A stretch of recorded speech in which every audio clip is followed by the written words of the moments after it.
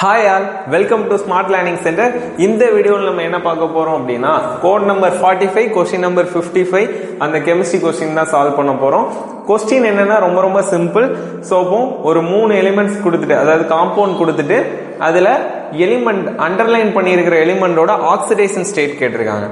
So அப்போ oxidation state எப்படி sir கண்டுபிடிக்கிறது அப்படின்னா, உங்களுக்கு ரெப்ரசன்டேட்டிவ் எலிமெண்ட்ஸோட ஆக்சிடேஷன் ஸ்டேட்ஸ் அப்படிங்கிறது ஃபிக்ஸடா தெரியணும். ஃபார் எக்ஸாம்பிள், அவங்க அண்டர்லைன் பண்ணி இருக்கிறதுலாம் என்ன பண்ணும், நமக்கு மாறவும் செய்யலாம், மாறாமையும் இருக்கலாம். ஸோ அந்த மாதிரி எலிமெண்ட்ஸ் தான் என்ன பண்ணியிருக்காங்க, இங்கே கொடுத்துருக்காங்க. ஸோ இப்போ இதில் பார்த்தோம் அப்படின்னா இந்த ஃபர்ஸ்ட் எலிமெண்ட்டுக்கு நம்மளால பார்த்தோன்னே சொல்ல முடியும். ஸோ அதுக்கு என்ன பண்ணியிருக்கணும், எஸ் பிளாக் எலிமெண்டோட ஆக்சிடேஷன் ஸ்டேட் எல்லாமே தெரியணும். அப்போ ஃபர்ஸ்ட் குரூப் எலிமெண்ட் எல்லாத்துக்குமே ஆக்சிடேஷன் ஸ்டேட் என்னது அப்படின்னு சொல்லி பார்த்தீங்கன்னா +1 வரும்.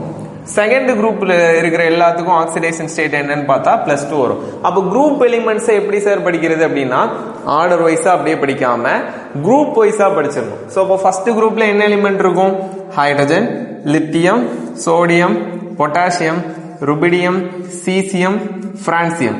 அப்போ இந்த குரூப்ல வர்ற எல்லாத்துக்குமே எலிமெண்ட்ஸ் வந்துச்சுனாலே ஆக்சிடேஷன் ஸ்டேட் அப்படிங்கிறது +1. தென் அதுக்கு அடுத்து செகண்ட் குரூப்ல என்ன இருக்கும், beryllium, magnesium, calcium, strontium, barium, radium. So அப்போ இந்த குரூப்ல வர்ற எல்லாத்துக்கும் என்ன இருக்கும், ஆக்சிடேஷன் ஸ்டேட் +2. இதை அப்படியே என்ன பண்ணிடணும், நீங்க படிச்சிருந்தாதான் ஆன்சர் பண்ண முடியும்.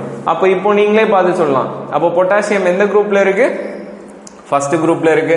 ஸோ அப்போ பொட்டாசியமோட ஆக்சிடேஷன் ஸ்டேட் +1. தென் அதுக்கு அடுத்து இங்க ஆக்சிஜன். ஸோ அப்போ ஆக்சிஜனை நம்ம எதை வச்சு தான் ஃபைண்ட் அவுட் பண்ண போறோம், நமக்கு தெரிஞ்ச ஹைட்ரஜன் வச்சு. அப்போ ஹைட்ரஜன் எங்க இருக்கு, ஃபர்ஸ்ட் குரூப்ல இருக்கு. ஸோ அப்போ இங்க என்ன பண்ணணும், நோனை நம்ம எடுத்துக்கலாம். ஸோ அப்போ 2 × +1. ஸோ இதுக்கு அடுத்து ஆக்சிஜன் தான் நமக்கு தெரியாது. ஸோ அப்போ அதை என்ன எடுத்துக்கலாம், எக்ஸ்ன்னு எடுத்துக்கலாமா. ஸோ அப்போ 2x = 0. ஸோ அப்போ இந்த ஹோல் காம்பவுண்ட் என்னவா இருக்கு, நியூட்ரலா தானே இருக்கு. ஸோ அதனால = 0. ஸோ அப்போ இங்க என்ன பண்ணிக்கலாம், 2 + 2x = 0. Then 2x = -2.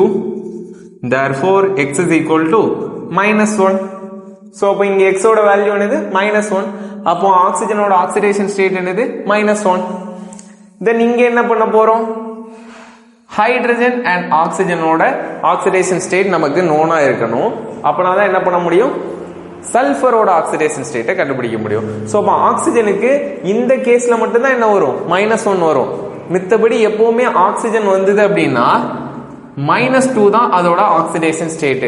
ஸோ இந்த கேஸ்ல நம்ம இதை என்னன்னு சொல்லுவோம், பெராக்சைடு அப்படின்னு சொல்லுவோம். பெராக்சைடுல மட்டும் தான் என்ன பண்ணும், -1 ஃபார்ம்ல இருக்கும்.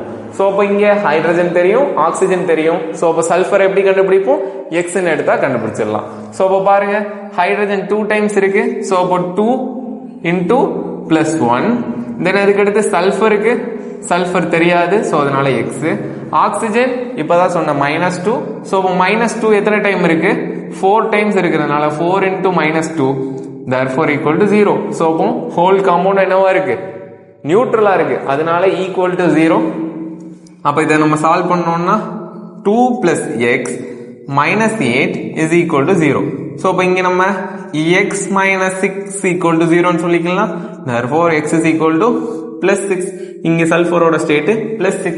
ஸோ அப்போ உங்களோட ஆன்சர் என்ன இருக்கும், +1 -1 and +6.